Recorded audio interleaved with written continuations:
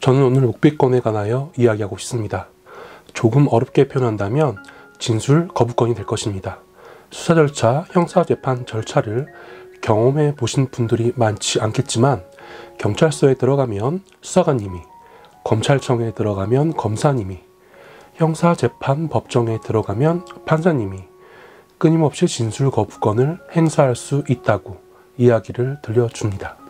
귀하는 일체의 진술을 거부할 수 있고 개개의 질문에 답하지 않을 수 있으며 진술 거부권을 포기하고 행한 진술은 법정에서 불리한 증거로 사용될 수 있으며 진술 거부권을 행사하더라도 불이익한 처분을 받지 않는다라고 명확하게 고지해주고 있습니다. 굉장히 무게감 있고 어렵게 느껴지나요? 진술 거부권이란 쉽게 이해한다면 나 말하기 싫어, 잘 모르겠어 라고 반응하는 것입니다. 쉽죠? 진술 거부권은 수사 단계에서 피의자가 행사할 수 있는 최첨단 끝판왕 무기라는 점을 꼭 기억하셔야 합니다. 13년 이상의 기간 동안 형사 변호인으로서 수사기관에 불려다니면서 경험한 사실이 있습니다. 검사이든 수사관이든 진술 거부권을 정말로 싫어한다는 것입니다. 다르게 말한다면 진술 거부권을 잘만 활용하면 형사 절차에서 불이익 받는 것을 피할 수 있다는 것이지요. 오늘 제가 말씀드릴 진술 거부권 3가지 비밀, 쉽고 간단하기 때문에 꼭 숙지하고 수사기관에 출석하시기 바랍니다.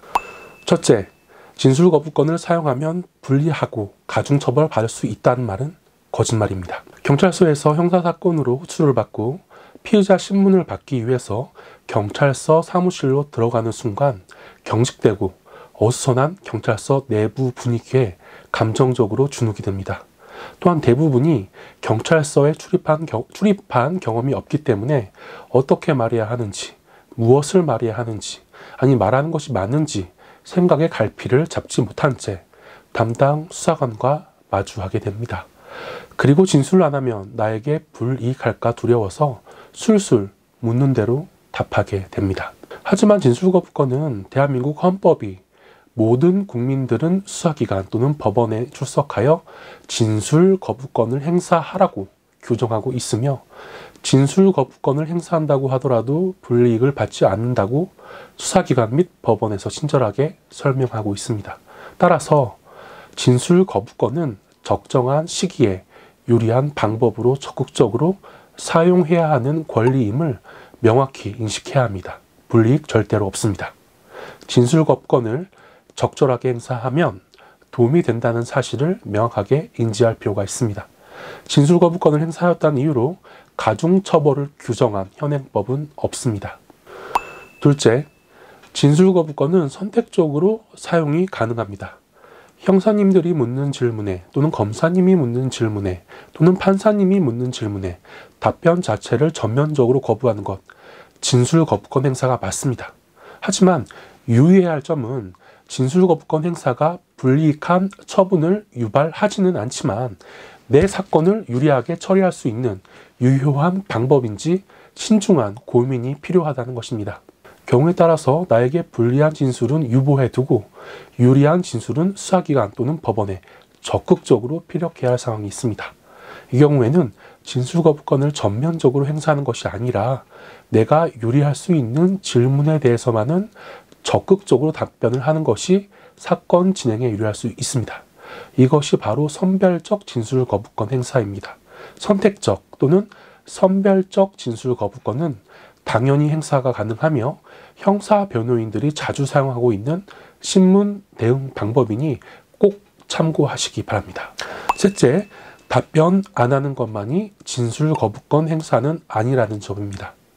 진술 거부권이라는 명칭 때문에 진술 거부권을 행사하기 위해서는 수사관의 질문에 답하지 않는 것이라고 인식하고 있습니다.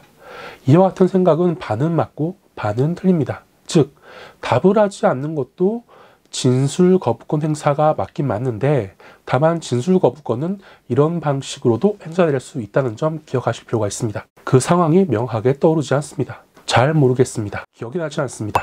어떻게 말씀드려야 할지 모르겠는데 추후 변호인 통해서 답변 드리겠습니다. 어떻습니까? 이렇게 말을 하지만 본질적으로는 이러한 답변들이 모두 진술 거부권 행사의 일환이 될 수가 있는 것입니다. 위와 같이 진술 거부권 행사의 일환으로 답변을 하는 이유는 추후 진술을 번복하거나 유리한 내용으로 진술할 때 악의적, 계획적으로 진술 거부권을 행사하거나 남용했다는 인상을 지울 수 있기 때문입니다. 따라서 급박한 사정으로 변호인 동행 없이 피의자 신문을 받게 되었을 때 답변을 하는 것이 맞는지 의문이 들거나 답변을 하더라도 나에게 유리할지 불리할지 판단이 되지 않는 경우에는 고민하거나 생각하지 말고 담당 수사관에게 정확하게 기억이 나지 않는데 추후 변호인을 통하여서 신속하게 말씀드리겠습니다 라고 답변하면 깨끗하게 정리가 될 수 있습니다. 참고하시기 바랍니다. 더 자세한 내용은 댓글에 제 칼럼 링크 공유해 드리겠습니다. 확인하시고 도움 받으시면 될 것 같습니다. 감사합니다.